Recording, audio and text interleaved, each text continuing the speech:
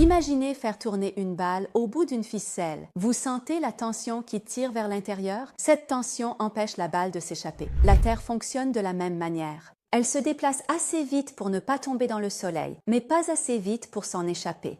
Cet équilibre délicat, c'est la gravité qui fait son travail. Mais voici le problème. Depuis les années 1930, les observations ont montré que les galaxies tournent beaucoup trop vite. D'après la gravité, elles auraient dû être dispersées il y a des milliards d'années. Alors, qu'est-ce qui les maintient ensemble? Les scientifiques ont pensé que la loi de la gravité de Newton était peut-être fausse. D'autres ont dit non, il doit y avoir quelque chose d'invisible qui maintient tout ensemble.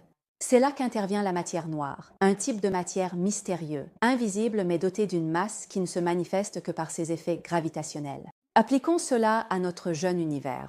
Juste après le Big Bang, l'univers jouait à la corde.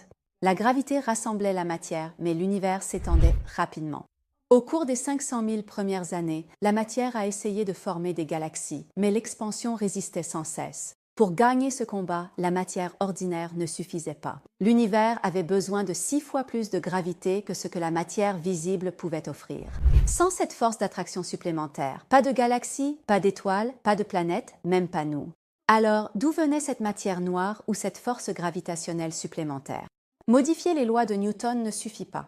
Les physiciens ont dû chercher ailleurs. Et si la matière noire n'existait même pas et qu'il y avait une autre explication à cette force gravitationnelle supplémentaire qui maintient notre planète ensemble?